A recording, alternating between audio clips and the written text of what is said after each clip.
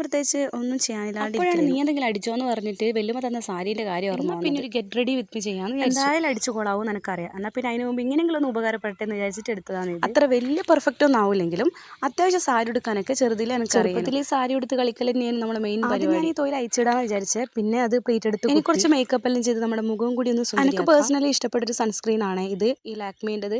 ഇതെൻ്റെ അല്ല, ഇത് ഇഷ്ടപ്പെടാനുള്ള കാരണം എന്ന് വെച്ചിട്ടുണ്ടെങ്കിൽ ഇത് തേച്ചിട്ട് എനിക്ക് ഇതുവരെ അങ്ങനെ മുഖത്ത് കുരുവൊന്നും ഇതല്ലാണ്ട് ഞാൻ വേറൊരു സൺസ്ക്രീൻ ഉപയോഗിച്ചിട്ടുണ്ടായിരുന്നു. പക്ഷെ അത് ഭയങ്കര ഇങ്ങനെ മുഖത്ത് ഇങ്ങനെ ഒലിക്കുന്ന പോലൊരു ഫീൽ ഉണ്ടാകുന്നു. ഇതിന് പിന്നെ അങ്ങനത്തെ പ്രശ്നം. അപ്പോൾ നമ്മൾ നമ്മളെ മുകളിലൊന്ന് ക്ലിയർ ആക്കി വെച്ചിട്ടുണ്ട്. ഇനി നമുക്ക് മുഖത്തിന് വേണ്ട ചിത്രപ്പണികളൊക്കെ ആദ്യം തന്നെ ഞാൻ ലൈറ്റായിട്ട് പിരികം വരഞ്ഞു. അതിൻ്റെ മുകളിൽ മസ്കാര വെച്ചിട്ടൊന്ന് ഷേപ്പാക്കാന്ന് വിചാരിച്ചെടുത്ത് ഈ കുട്ടിയൊക്കെ എല്ലാം വരഞ്ഞു കൊടുക്കുന്ന പോലെ എനിക്ക് തോന്നിയത്. അത് കണ്ടിട്ട് കുറച്ച് കട്ടി കൂടി. പിന്നെ ഞാൻ അതെല്ലാം മായിച്ച് ഒരുവിധം എങ്ങനെയല്ലോ ആക്കി. മുഖത്ത് വലുതായിട്ട് മേക്കപ്പ് ചെയ്യാനൊന്നും അറിയില്ലെങ്കിലും ഈ മേക്കപ്പ് ചെയ്യുന്ന സമയത്ത് എനിക്ക് ഈ പിരികം വരയിൽ ഒരു ടാസ്ക്കാണ്. സത്യം പറഞ്ഞാൽ സംഭവം എനിക്ക് അറിയില്ല. ഇത്ര യൂട്യൂബ് വീഡിയോസ് കണ്ടിട്ടു എൻ്റെ അതങ്ങ് ശരിയാവുന്നില്ല. പിന്നെ അത് ഞാൻ വിട്ട്. അതിന് ശേഷം ഞാൻ ലിപ് ലൈനർ വരഞ്ഞു കൊടുത്തിട്ടുണ്ട്. എനിക്ക് ലിപ് ലൈനർ വരയ്ക്കുന്നത് ഭയങ്കര ഇഷ്ടമാണ്.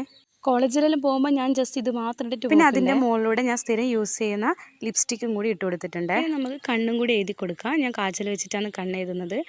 പൊതുവെ ഞാനിപ്പോൾ കണ്ണ് എഴുതൽ കുറവാണ്, വല്ലാണ്ട് കണ്ണ് ചൊറിയുന്നുണ്ട്. പണ്ട് ഡാൻസിനെല്ലാം പോകുന്നതുകൊണ്ട് കണ്ണ് വലുതായിട്ട് കാണാൻ വേണ്ടിയിട്ട് എപ്പം കൺമഷി ഇടുമായിരുന്നു. ഇപ്പം കുറച്ചായിട്ട് കണ്ണിൻ്റെ അടിയിൽ ഞാൻ കൺമഷി ഇടുന്നത് കുറവാണ്. എന്തെങ്കിലും അത്യാവശ്യം ഉണ്ടെങ്കിൽ മാത്രമേ ഇടാറുള്ളൂ, അല്ലെങ്കിൽ കണ്ണിൻ്റെ മുകളിൽ ഐലൈനർ വെച്ചിട്ട് വരയുക ചെയ്യുക. അങ്ങനെ നമ്മളെ കണ്ണിൻ്റെ പരിപാടിയൊക്കെ കഴിഞ്ഞപ്പോൾ അതേ ഐലൈനർ വെച്ചിട്ട് ചെറിയൊരു പൊട്ടും കൂടി വെച്ച് കൊടുത്തിട്ടുണ്ട്. ഇപ്പം ഞാൻ കുറച്ച് സുന്ദരിയായില്ലേ. ഇനി നമുക്ക് മുടിയും കൂടി കെട്ടി കുറച്ചും കൂടി സുന്ദരി. എന്നെ സംബന്ധിച്ച് അത് മറ്റൊരു ടാസ്ക്കാണ്. എങ്ങനെ കെട്ടിയാലും ആവശ്യത്തിന് എനിക്ക് നല്ല രീതിയിൽ ഒരു ഹെയർ സ്റ്റൈൽ കിട്ടും. ഓരോന്നും കെട്ടി നോക്കുമോ ഇഷ്ടപ്പെടില്ല, അയക്കും കെട്ടും അയക്കും അത് തന്നെയായിരുന്നു.